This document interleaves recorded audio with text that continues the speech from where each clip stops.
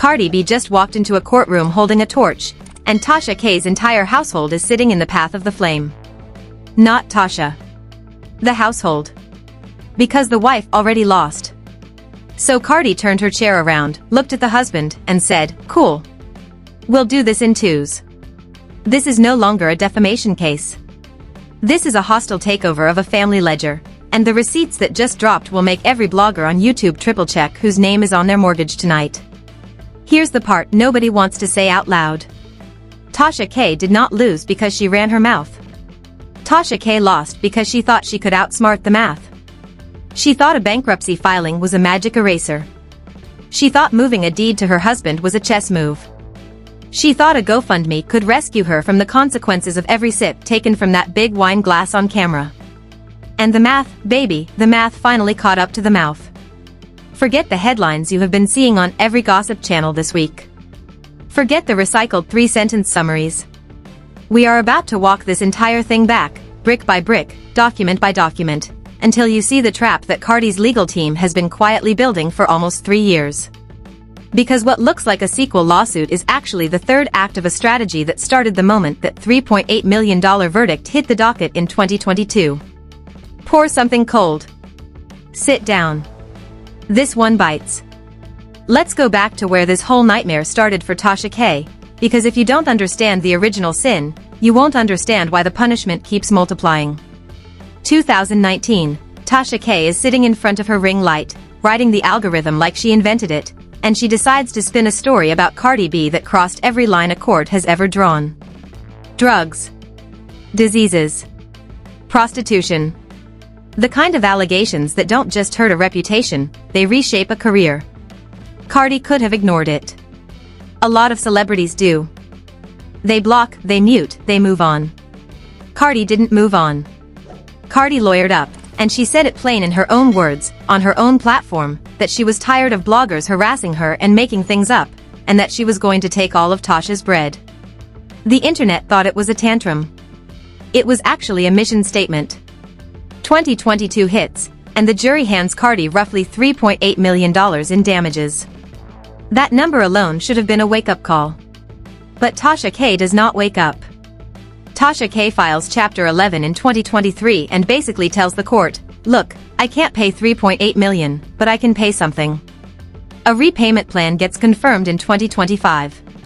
The debt gets squeezed down to $1.2 million over 5 years, with one tiny, microscopic, absolutely critical condition stapled to it.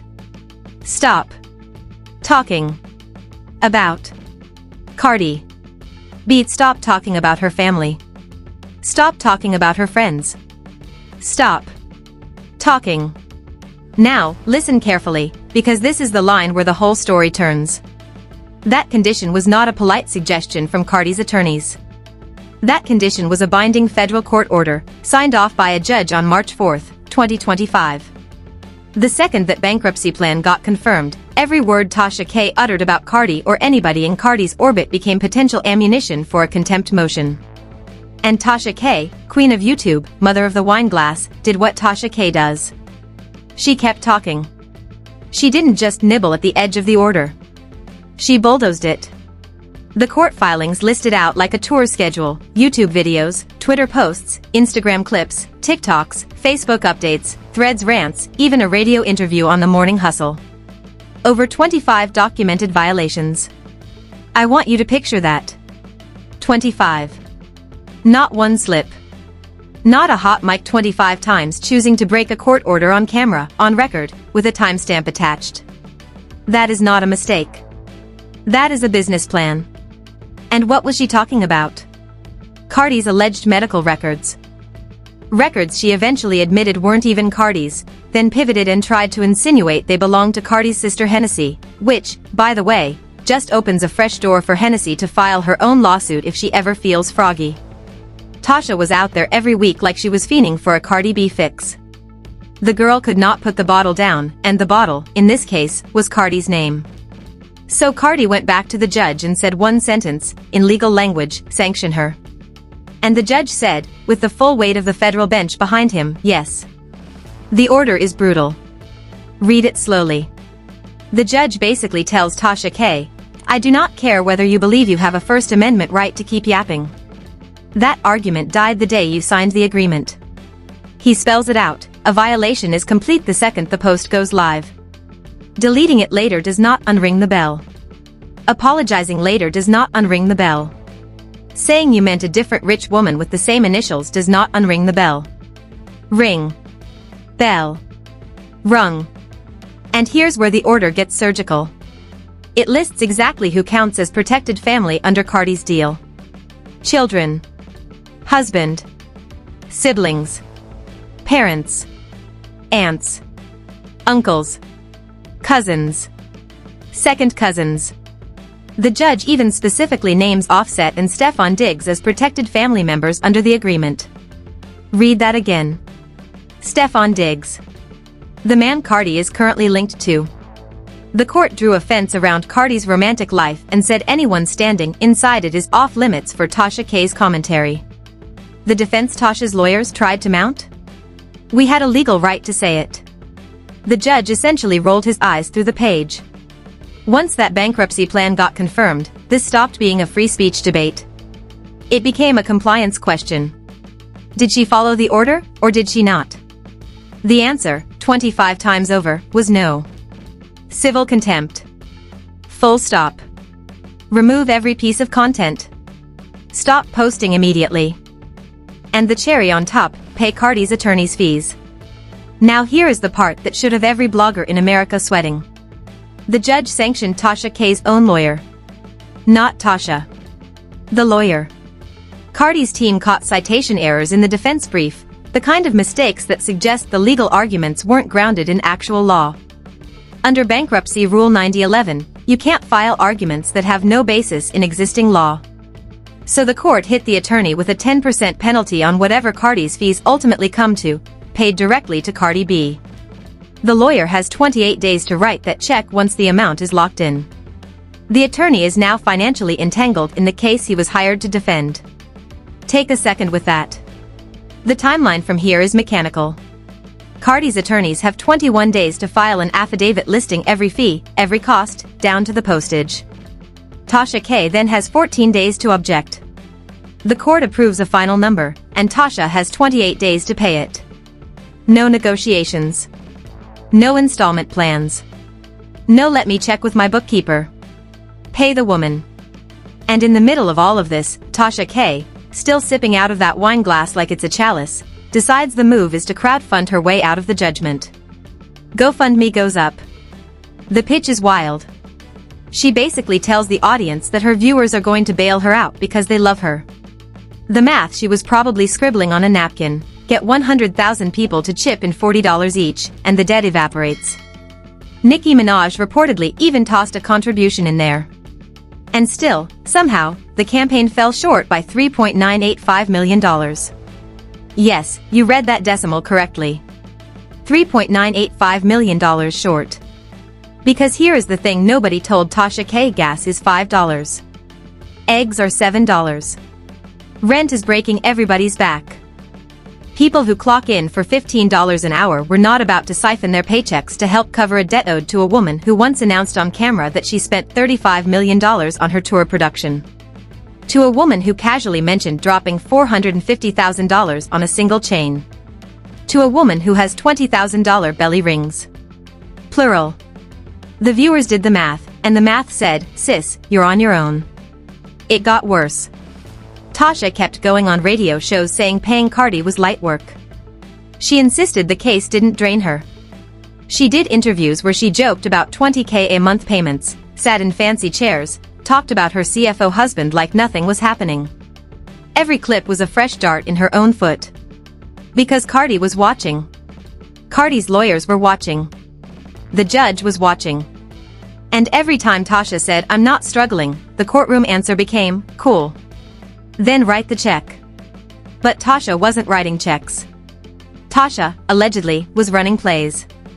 And this is where the new lawsuit, filed May 6, 2026, peels the curtain all the way back. The new defendant is not Tasha K. The new defendant is her husband, Cheick Ndikibe. And not just him personally. His company too. Yelen Entertainment. Cardi's legal team is alleging that Tasha and Cheick built two parallel fraudulent schemes designed to keep her income, her property, and her business revenue completely out of Cardi's reach. Scheme 1 is the business transfer. Tasha K's content empire ran through a Georgia LLC called Ndikibe Studios. Between 2019 and 2023, that LLC allegedly generated over $1 million in YouTube revenue. Then, by September 2022, conveniently right after a $3.8 million verdict hung over her head, the business and revenue of Ndikibe Studios got handed to Yelen Entertainment, the husband's company. The price tag for that transfer? $0. Allegedly nothing changed hands. Ndikibe Studios was then dissolved, leaving Tasha K on paper looking like a woman with no assets, no income, no business. A ghost. Scheme 2 is even cleaner and uglier. Personal income rerouting. Cardi's filing claims Cheick rerouted Tasha K's earnings through Yelen's accounts to dodge garnishment. Her name allegedly got peeled off authorized bank accounts. Direct payments to her stopped. In other words, the money kept flowing. It just stopped flowing to a name a creditor could touch. The accusation is that the couple sat down, drew up a plan, and decided that one of them would be the wallet and the other would be the face. And then, of course, the house. Lawrenceville, Georgia. 5-bedroom, 4-bath, 5,000 square foot home backing up to Collins Hill Golf Course. Bought June 2020 for $380,000. Listed for rent July 3rd at $5,000 a month. Then on March 19th, suddenly listed for sale at $875,000. 6 bedrooms, 4 baths, golf course view, lakefront, Collins Hill School District, fully renovated last September. A beautiful house. The kind of house you don't walk away from unless something is breathing down your neck. And what was breathing down her neck? Cardi B, on Instagram Live, telling Tasha that her mouth had cost her the house, and that since she wanted to bring up Takeoff's name on camera, Cardi was about to take her house. So Tasha did the only move she thought she had. She allegedly sold the house to her own husband. Same household. Same address. Same toothbrush in the same cup. Just a different name on the deed. And in her head, she thought, Cardi can't touch the house now. Because in her head, she was still smarter than every lawyer in the room. She wasn't. Because Cardi's legal team is not playing one move ahead. They are playing the entire board. The new federal filing frames the husband's actions as a fraud action, and the goal is precise: prove that Yelen Entertainment is the legal successor to Ndikibe Studios. Once you prove successor liability, every asset inside Yelen becomes reachable. Every dollar in Yelen's account. Every contract Yelen signed. Every piece of property Yelen holds. The wall Tasha thought she built around her husband collapses, and her money is suddenly back inside Cardi's reach. And while we are on the subject of uncomfortable, let me say something about the husband that nobody else has said out loud. Cheick Ndikibe was not a party to the original defamation suit. He was not a party to the bankruptcy. He was, by all public accounts, a private citizen running his own businesses, married to a public figure.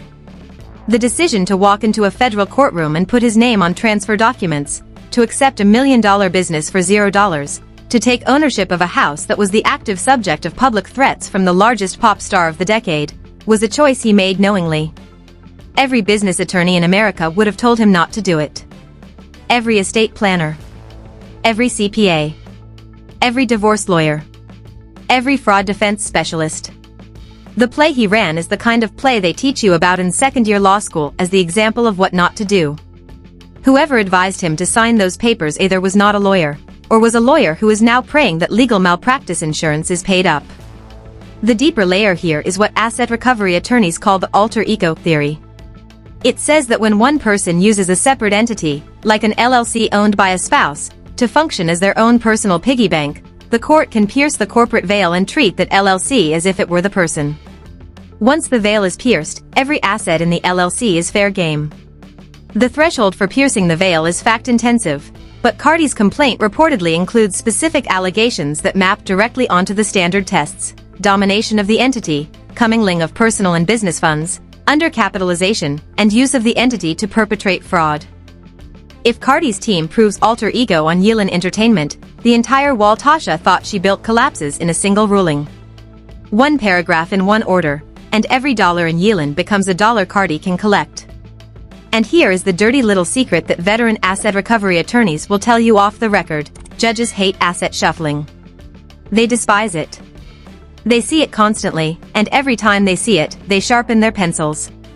Because once a jury sees that a business was sold to a husband for $0, and a house was sold to a husband during a judgment, and bank accounts mysteriously rearranged themselves around the same dates, the jury does not need a law degree to understand what they're looking at.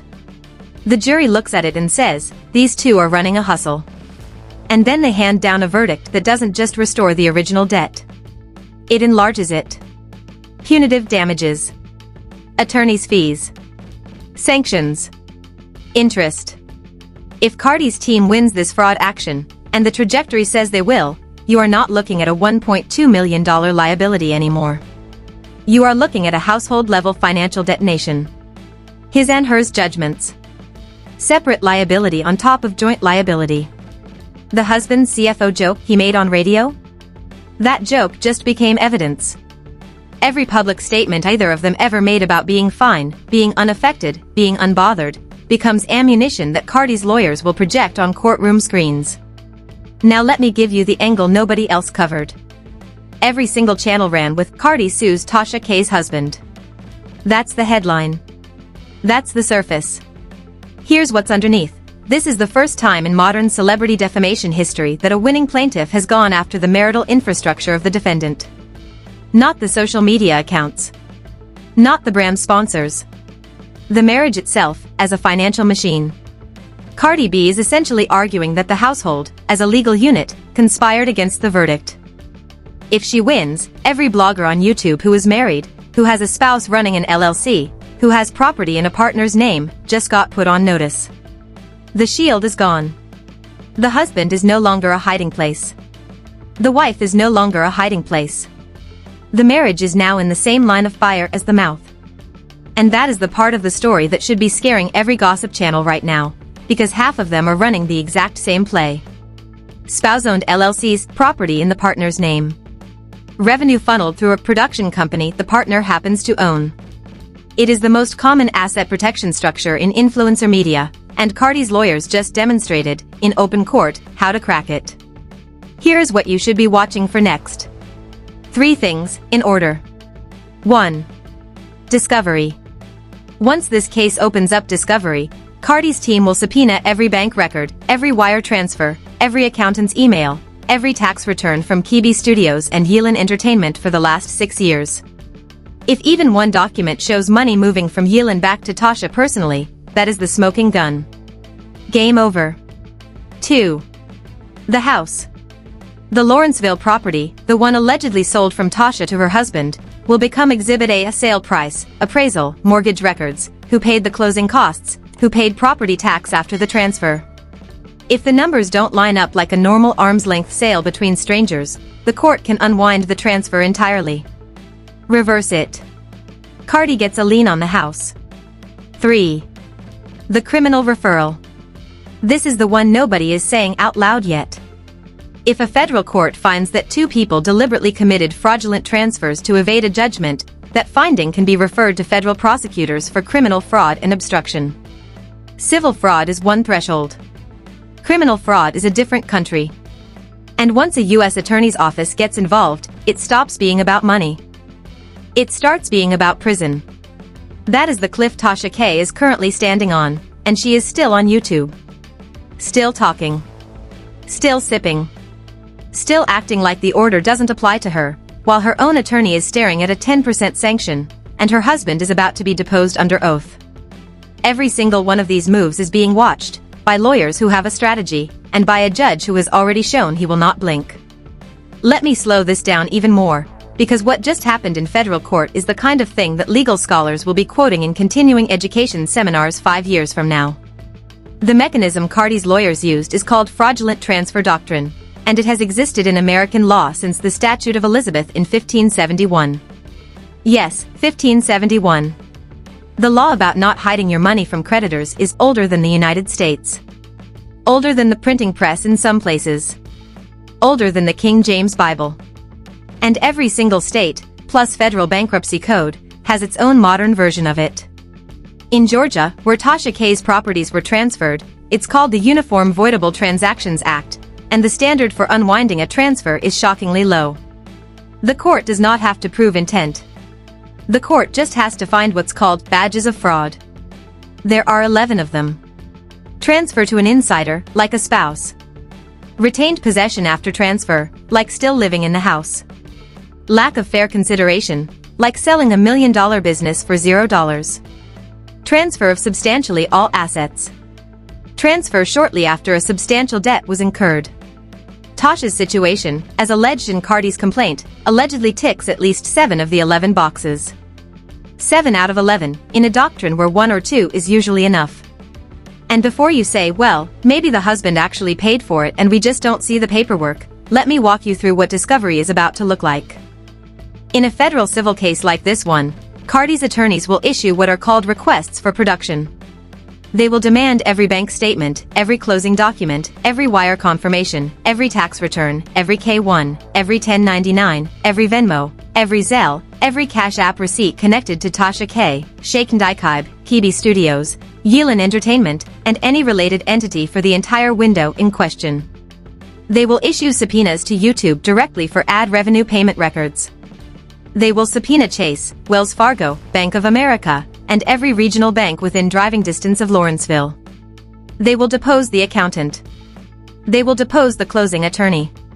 They will depose the real estate agent who listed the house. By the time discovery wraps, Cardi's team will have a clearer picture of Tasha and Cheick's finances than Tasha and Cheick do. Now picture the moment that picture lands on the judge's desk. Picture the moment a jury sees a chart, made by Cardi's lawyers, showing every dollar that left Ndikibe Studios and entered Yelen Entertainment in the months right after the $3.8 million verdict. Picture the chart showing every dollar that left Yelen and went to a shoe store, a Mercedes dealership, a private chef, a vacation booking in Dubai. Picture the jury watching that and then looking up at Tasha K sitting in the witness box saying, I had $1,000 in my account. Juries do not need to understand the Uniform Voidable Transactions Act to understand a chart. A chart is a story. And the story that chart tells is, these two were running a hustle.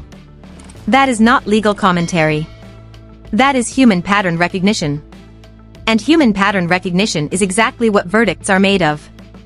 And listen, while we are pulling back the curtain, let me give you the part of the story that nobody on the celebrity beat is brave enough to publish. Cardi B's legal team did not just file this lawsuit in a vacuum. They filed it in federal court, on a Tuesday, 2 days before a major holiday weekend, in a venue where the judge has an aggressive docket. Why does that matter? Because filing strategy is its own art form. Filing on a Tuesday means the news cycle gets the headline, and Tasha K's response team has almost no time to respond before the entire internet has digested it. Filing 2 days before a holiday means motion practice slows down for the defendant but not for the plaintiff, who can use the quiet period to assemble exhibits without scrutiny. Filing in federal court, instead of state court, means the rules of evidence are stricter, the judges are more experienced with complex commercial fraud, and the appeal process is more limited. Every single one of those choices is a signal that Cardi's team is not improvising. They are executing a battle plan written months ago. If you want to know how serious this is, look at who is not commenting on it. Tasha K's usual ride-or-die influencer friends, the ones who normally show up in her comment section like a Greek chorus, have gone quiet.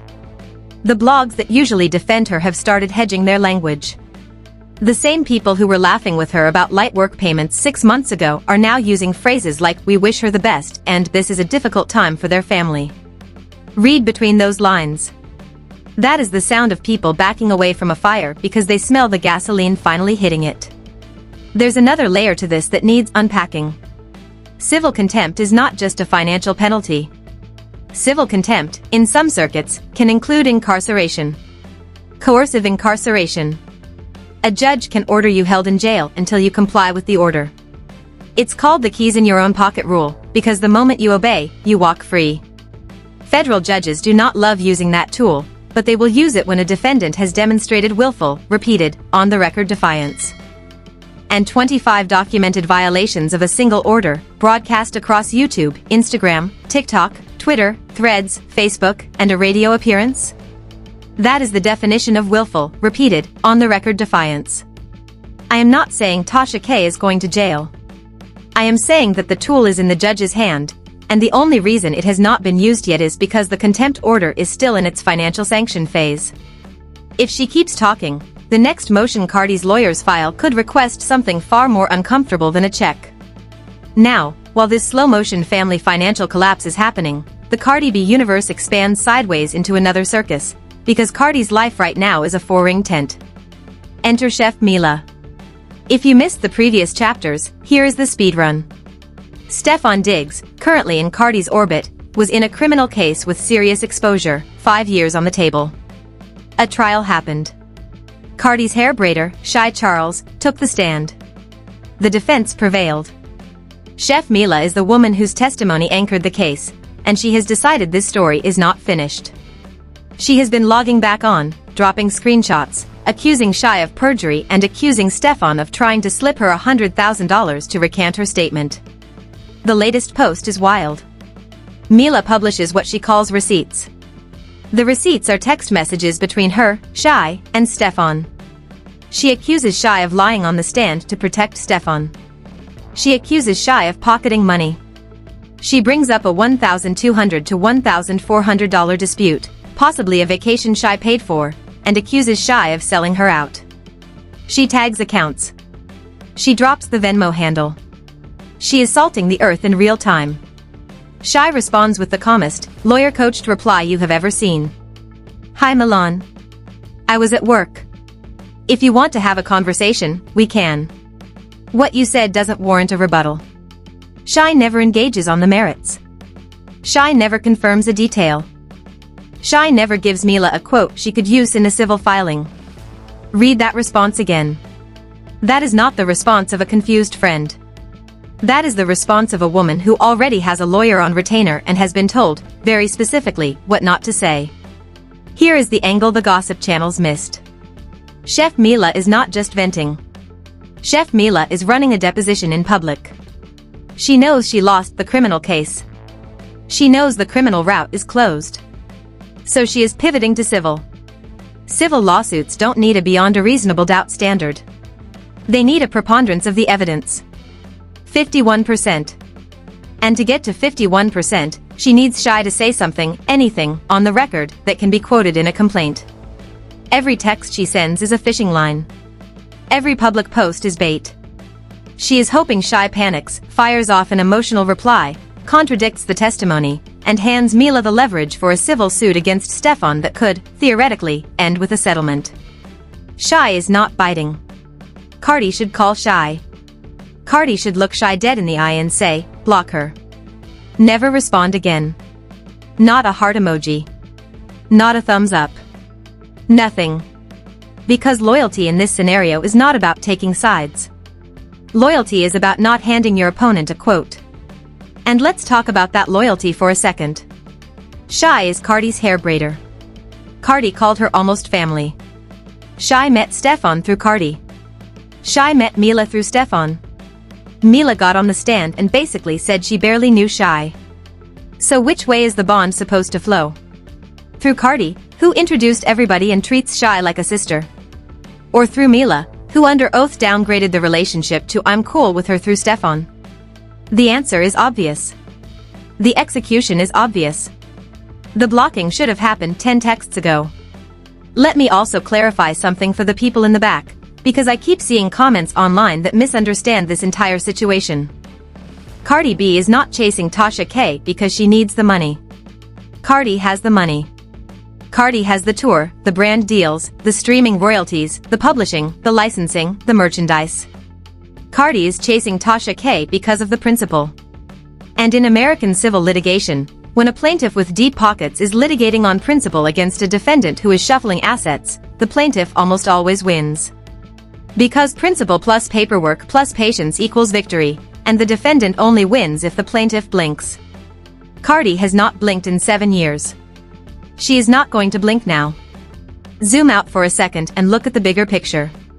The entire blogger economy on YouTube is built on a kind of legal arbitrage.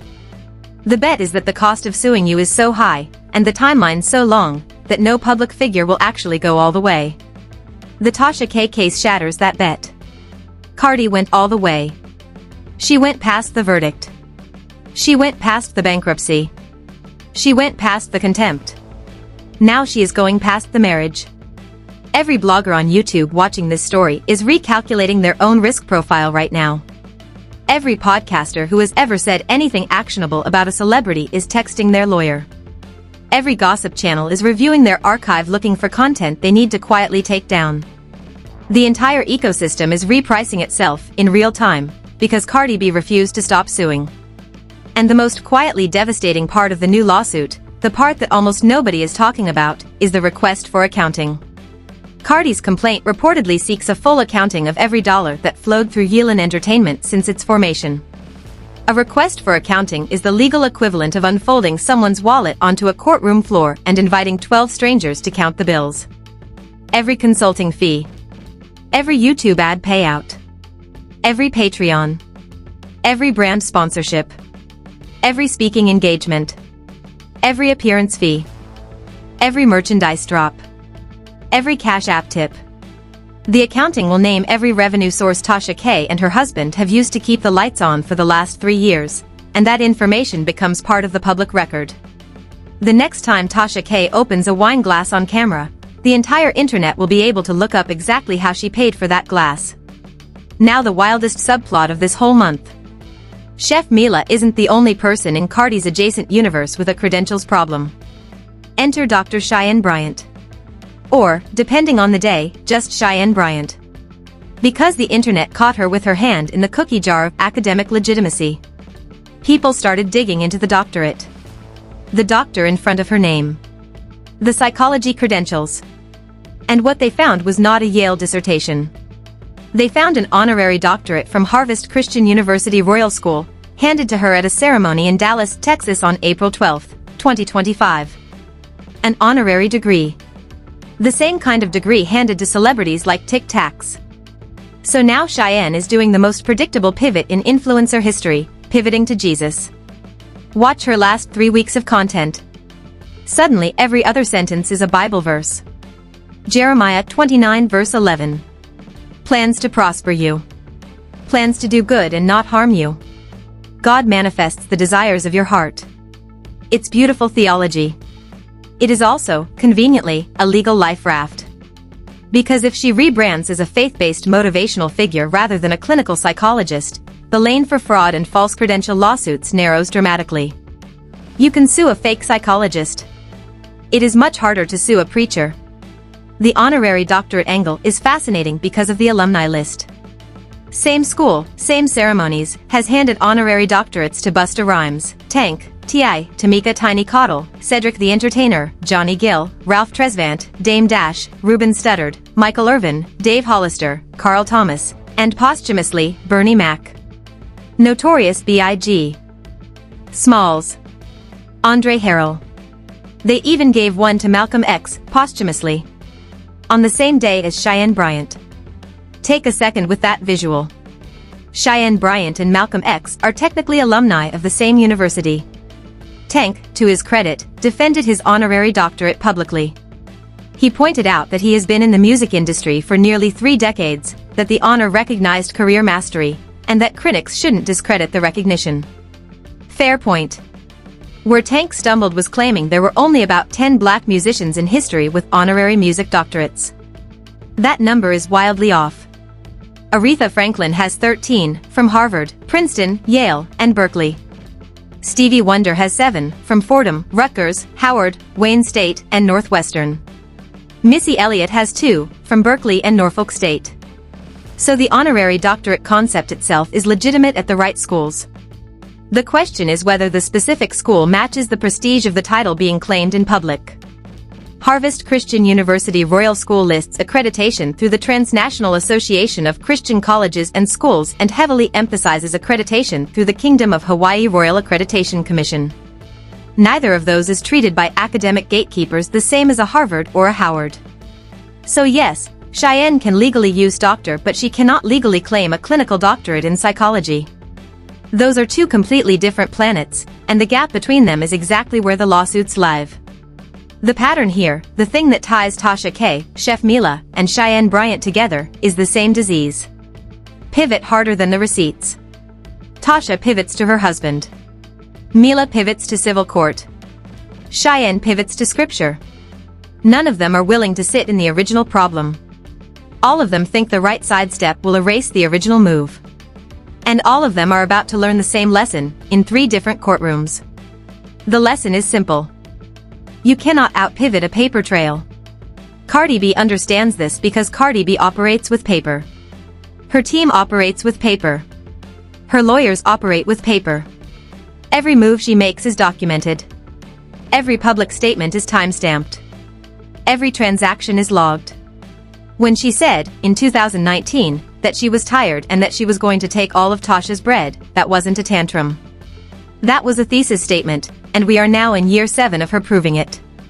Which brings us to the closing piece of this puzzle, and the part that should put a chill in anyone watching from the sidelines. Vivica Fox.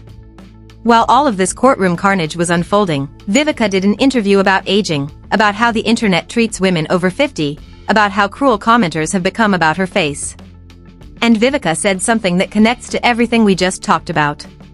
She said, "I'm comfortable in the skin I'm in, flaws and all." She talked about being judged on looks her entire career, about how women are not given the grace to age, about how a 61-year-old woman in 2026 is held to a 21-year-old standard, while men twice her age slide through every comment section untouched. Why does that matter inside a Cardi B story?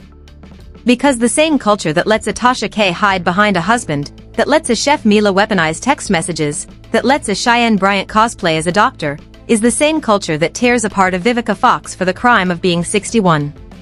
Iman is about to turn 71 and she looks like a sculpture. Halle Berry at 60 is still on every most beautiful list. Vivica Fox at almost 62 looks better than most 40-year-olds in 2026. The double standard is so loud that Morgan Freeman has looked 92 since he was 20 and not a single comment section has held him accountable. So when you watch Cardi B drag Tasha K's husband into federal court, understand what is actually happening. A woman is using paper, math, and law to push back against an entire ecosystem of people who thought they could shapeshift their way out of accountability. The husband can't hide her. The bankruptcy can't shield her. The GoFundMe can't save her. The Bible verses can't insulate Cheyenne. The text messages can't protect Mila. The clock can't be slowed for Vivica. None of these workarounds work anymore, because the receipts keep updating in real time, and the women holding the receipts are not the women they were 5 years ago. Cardi B's lawyers are 8-0. Read that again. 8 wins, 0 losses.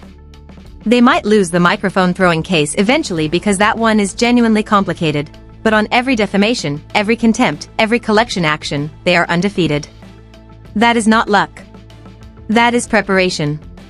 That is a legal team that does its homework while the defendants do their TikToks. That is the difference between running your mouth and running your books. If you are a blogger, a content creator, a podcaster, an influencer, or anybody else who makes a living talking about people for clicks, this is your free education. Watch Tasha K closely. Watch the husband. Watch the LLC. Watch the house. Watch the bankruptcy. Watch the contempt. Watch the sanctions on the attorney. Watch the 28-day deadlines stack up.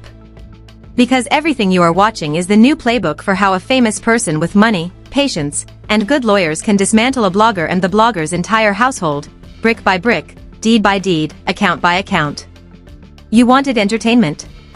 The price of entertainment, if you don't pick your words carefully, is the deed to your house, the title to your business, and the name your husband puts on his next bank statement. Cardi B did not invent this consequence. Cardi B is just the first to enforce it on a national stage with the entire internet watching. So the next time you see Tasha K post a video, ask yourself a different question.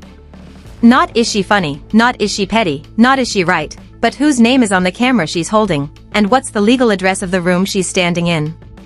Because that camera, that room, that ring light, that microphone, that LLC, that house, that car, that chain, that belly ring, all of it is now traceable. All of it is now reachable. All of it is now on the table. And Cardi B is sitting on the other side of that table, calm, well-rested, fully funded, holding a pen, and waiting. Tell me where you land on this in the comments. Do you think the husband walks, or do you think the household pays? Do you think Chef Mila ever files civil, or is she just venting on Instagram? Do you think Cheyenne Bryant survives the credential storm with Bible verses, or does someone finally file the fraud complaint? Drop your verdict below. Tag a friend who still thinks a YouTube channel is a safe place to make stuff up about a billionaire's wife. And if this is your first time on the channel, do not subscribe out of habit. Subscribe because I am going to be all over this case the second the next docket entry hits, and I am the only one out here connecting the marriage to the mouth to the money in one piece. Hit the bell. Hit like. And I will see you the second the next filing drops, because trust me, there will be a next filing, and it will be ugly. Tasha K thought she could outrun a verdict by changing the name on a deed. She is about to learn that a verdict isn't chasing the deed. It is chasing her. Always has been. Always will. The husband was never a shield. He was a second target. And Cardi B has been holding the bow since 2019, just waiting for